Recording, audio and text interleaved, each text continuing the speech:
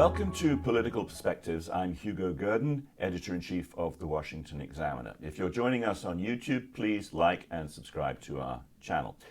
I'm joined today by Salena Zito, columnist for The Washington Examiner. And Salena, I want to talk to you about the interview that you've just done with Secretary of Defense Pete Hegseth at the War College. First of all, he's the #1 target of the Trump resistance at the moment. Does he show signs of strain because of that? How's he bearing up? Well, I saw him in a setting that is outside of DC. It's outside of Crystal City, right? And I think that's where a lot of the pressure that he feels is happening. So I saw him at the Army War College. That's in rural Pennsylvania, Carlisle, Pennsylvania, one of the oldest outposts in the entire country. In fact, it was an outpost before we were even a country. And he's very relaxed, very confident. And it showed in the speech that he gave to over 1,000 servicemen and women. These are people that are military leaders, officers who are at the peak or heading towards the peak of their careers in the military. And there was a confidence there that I suspect he might not always embody when he is in DC. Right. President Trump held a cabinet meeting at the White House on Wednesday, and Pete Hegseth was sitting to his left, and he immediately went to Pete Hegseth, describing him in a kind of jokey way as the least controversial member of the cabinet. Trump was also interviewed on ABC just in the last 24 hours, and he was asked about the controversy surrounding Pete Hegseth, particularly the controversial chats that he had used on Signal relating to Yemen and military operations. Trump said that Hegseth could be a good or even a great Secretary of Defense. He was asked whether he backed him 100%, and he sort of dismissed the question by saying that he backs nobody or nothing 100%. And I think he's going to be a very good defense, hopefully a great defense secretary, but he'll be a very good defense secretary. You have 100% confidence in I don't Pete have Hegseth. 100% confidence in anything. Okay, anything. Do I have 100%? It's a stupid question. Look, It's a pretty important position. No. You don't have 100%. Only a liar would say I have 100% confidence. So a question mark still hangs over Pete Hegseth. Do you think that he should feel confident or perhaps a little concerned? I think he should feel confident. I suspect that that's an answer President Trump would give about anyone, and maybe even being reflective about himself. He might not always 100% back everything that he's done before or has said before. That's sort of a mark of his personality and his willingness to be nimble around situations. So good. Let's get to the substance of the interview that you did with the Defense Secretary. One of the things he told you in the interview that you've done for the Washington Examiner magazine was that he found himself thinking similarly in some ways about the Pentagon as Donald Rumsfeld did when he was the Defense Secretary for President George W. Bush. What is that about?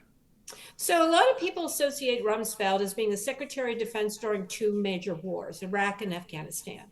However, he didn't go into that job doing that. In fact, people may completely forget that on September 10th, 2001, the day before we were attacked, he gave a sort of fire and brimstone speech at the Pentagon, saying emphatically, there was no equivocation here. He said, our greatest enemy is not the former Soviet Union. It's not Russia. It's not a despot dictator in the Middle East. It's within this own building. It is within the bureaucracy of the Pentagon, and I am here to reform it. And so Hegseth really admires that approach. Right. And so, Rumsfeld, who I gave an exit interview with when he left the Pentagon, and he said that was his deepest regret, that he was never able to do what he really wanted to do, which was cull the fat, the bureaucracy, and have a more streamlined, more technological, advanced military, a lean fighting machine. And so I think that Hegseth is onto something. People may think of Rumsfeld as one thing, but he was also went into that job as a reformer. It's why Bush picked him. And, Right. and, he, and so I think Hegseth sees himself in that role. Well, so describe, Salena, a little bit about the challenge that Hegseth therefore faces. It's a long time now, more than 20 years since Rumsfeld entered the Pentagon and hoped to be a reforming Secretary of Defense. But so 20 more years of perhaps inertia and stagnation, or whatever it may be. Describe some of the scale of the challenge, because of course the Pentagon, or at least the Defense Department, put it that way, is one of the biggest employers in the world. It is the biggest employer in the world. It employs over 3.7 million people. That's not even including the nearly 1 million contractors. The Pentagon itself is the size of a mid-sized city in the middle of the country. 27,000 people work there. And they like the way it's going. In other words, they don't want the bull in the china shop to mess up their china shop. And that was what Rumsfeld was going to do. They did not like him when he went in there, and Hegseth faces the same challenge. But I think he's like leaning into this. He's not backing away from it. He understands that what he wants to do is not what the organism that is the Department of Defense wants to easily hand to him. And it's not just pushback from bureaucracy within the Pentagon. It's also the press, the legacy press that's pushing back. It's also Democrats. It's also some Republicans. Right. So he's encircled. He's encircled by irritating a lot of people. And when you do that, even the slightest thing you get wrong is magnified and blown. I don't know if out of proportion is the correct term to use, but certainly blows up on you. And because the legacy media does not understand sort of the mission statement of the administration to make the military more lean, they're going to continue to hammer him. There's that old idea that, I mean, that something starts as a movement, becomes a business, and ends up as a racket. There's something similar in government agencies, which start out with, as it were, a mission. And obviously the Defense Department has a mission, which is to deter or win wars, depending on which one is possible and which one is necessary. It has then become an enormous business. Defense contractors are making hundreds of billions of dollars. I think that the Pentagon budget is somewhere in the region of $900 billion annually. But it then becomes a vested interest, and there's a lot of resistance to change. People who are on the inside of something which is spending $900 billion a year have a pretty strong and substantial interest in not seeing that change, not least the lobbyists for contractors. And that brings me to another question, which is about procurement. One of the aspects of what Hegseth was talking about was, as you said, making the military, let's say, leaner, certainly more responsive to the needs of the next war rather than procurement for the last war. And that's the procurement.